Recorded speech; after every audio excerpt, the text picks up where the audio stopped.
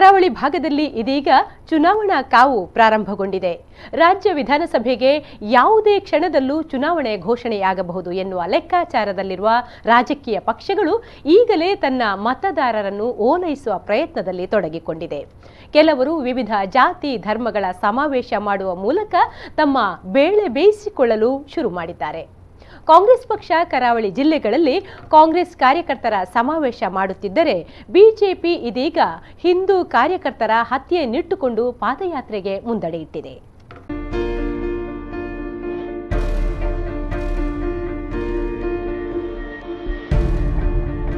ಕರಾವಳಿಯಲ್ಲಿ ಇದೀಗ ಬಿಸಿಲಿನ ಕಾವು ಜಾಸ್ತಿಯಾಗುತ್ತಿದೆ. ಬಿಸಿಲಿನ ಕಾವಿನ ಜೊತೆಗೆ ಚುನಾವಣಾ ಕಾವು ಏರತೊಡಗಿದ್ದು ಎಲ್ಲ ರಾಜಕೀಯ ಪಕ್ಷಗಳು ಚುನಾವಣೆಗೆ ರಂಗಸ್ಥಳ ಸಿದ್ಧಗೊಳಿಸಿವೆ. ರಾಜ್ಯ ವಿಧಾನಸಭೆಗೆ ಚುನಾವಣೆ ಘೋಷಣೆಯಾಗುವ ಮೊದಲೇ ಈ ಪಕ್ಷಗಳು ಮತದಾರರನ್ನ ಓಲೈಸುವ ಹಲವು ತಂತ್ರಗಳನ್ನ ಈಗಾಗಲೇ ಪ್ರಯೋಗಿಸಿವೆ.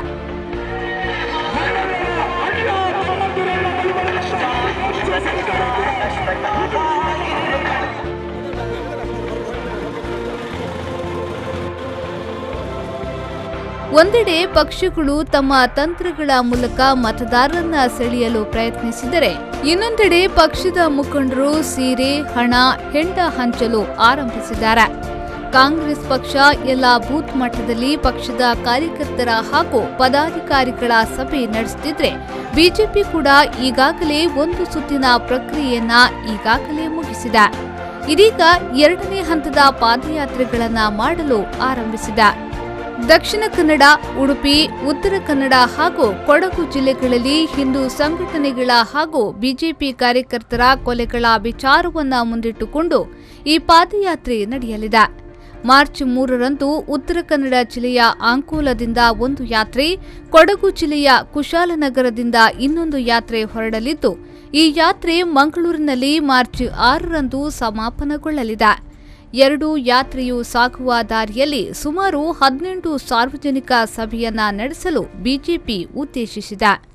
ಇಡೀ ಕರಾವಳಿಯ ಭಾಗದ ಜನರನ್ನು ಜಾಗೃತಿಗೊಳಿಸುವುದಕ್ಕೋಸ್ಕರ ಮತ್ತು ಆ ಒಂದು ಕಾರ್ಯಕರ್ತರನ್ನ ಕಳ್ಕೊಂಡಿರ್ತಕ್ಕಂಥ ಕುಟುಂಬಕ್ಕೆ ಸಾಂತ್ವನ ಕೊಡುವುದಕ್ಕೋಸ್ಕರ ಈ ಒಂದು ಜನಸುರಕ್ಷಾ ಯಾತ್ರೆ ಮಂಗಳೂರು ಚಲೋವನ್ನು ಹಮ್ಮಿಕೊಂಡಿದೆ. ಈ ಯಾತ್ರೆ ಅಂಕೋಲದಿಂದ ಪ್ರಾರಂಭ ಆಗ್ತದೆ, ಒಂದು ಭಾಗದಿಂದ ಉತ್ತರ ಕನ್ನಡದ ಜಿಲ್ಲೆಯಿಂದ, ಇನ್ನೊಂದು ಕೊಡಗು ಜಿಲ್ಲೆಯಿಂದ ಕುಶಾಲನಗರದಿಂದ ಪ್ರಾರಂಭ ಆಗುತ್ತೆ. ಈ ಎರಡೂ ಯಾತ್ರೆಗಳು ಇಡೀ ಕರಾವಳಿ ಭಾಗವನ್ನು ಸಂಚರಿಸಿ ಮಂಗಳೂರಿನಲ್ಲಿ 6ನೇ ತಾರೀಕಿನ ದಿವಸ ಸಂಪನ್ನಗೊಳ್ಳಿಕ್ಕಿದೆ, ಸಮಾರೋಪಗೊಳ್ಳಿಕ್ಕಿದೆ. ಈ ಸಮಾರೋಪದಲ್ಲಿ ಉತ್ತರ ಪ್ರದೇಶದ ಮುಖ್ಯಮಂತ್ರಿ ಯೋಗಿ ಆದಿತ್ಯನಾಥ್ರವರು ಸಮಾರೋಪ ಭಾಷಣವನ್ನು ಮಾಡಿ ಇಡೀ ಈ ಒಂದು ಸಮಾರೋಪದ ಮುಖಾಂತರ ಜನರಿಗೆ ಜಾಗೃತಿ ಮಾಡಲಿಕ್ಕಿದ್ದಾರೆ. ಮತ್ತು ಈ ಎರಡೂ ಯಾತ್ರೆಗಳಲ್ಲಿ ಕೇಂದ್ರದ ಸಚಿವರುಗಳು ಮತ್ತು ರಾಜ್ಯದ ಬಿಜೆಪಿಯ ನಾಯಕರುಗಳು ಕೂಡ ಭಾಗವಹಿಸಲಿಕ್ಕಿದ್ದಾರೆ. ಹಿಂದೂ ಕಾರ್ಯಕರ್ತರ ಕೊಲೆಯ ಹಿಂದಿರುವ ಪಾಪ್ಯುಲರ್ ಫ್ರಂಟ್ ಆಫ್ ಇಂಡಿಯಾ ಸಂಘಟನೆಯನ್ನ ನಿಷೇಧಿಸಬೇಕೆಂದು ಆಗ್ರಹಿಸಿ ಬಿಜೆಪಿ ಪಕ್ಷ 6 ತಿಂಗಳ ಹಿಂದೆ ಮಂಗಳೂರು ಚಲೋ ಬೈಕ್ ರ್ಯಾಲಿಯನ್ನ ಹಮ್ಮಿಕೊಂಡಿತ್ತು. ರಾಜ್ಯದ ನಾನಾ ಕಡೆಗಳಿಂದ ಬೈಕ್ಗಳ ಮೂಲಕ ಬಿಜೆಪಿ ಕಾರ್ಯಕರ್ತರು ಮಂಗಳೂರಿಗೆ ಆಗಮಿಸುವ ಮೂಲಕ ರ್ಯಾಲಿ ನಡೆಸಲು ತೀರ್ಮಾನಿಸಲಾಗಿತ್ತು. ಆದರೆ ಪೊಲೀಸ್ ಇಲಾಖೆ ಈ ರ್ಯಾಲಿಗೆ ಅನುಮತಿ ನಿರಾಕರಿಸುವ ಮೂಲಕ ರ್ಯಾಲಿಯನ್ನ ವಿಫಲಗೊಳಿಸುವ ಪ್ರಯತ್ನ ಸರ್ಕಾರದಿಂದ ಆಗಿತ್ತು.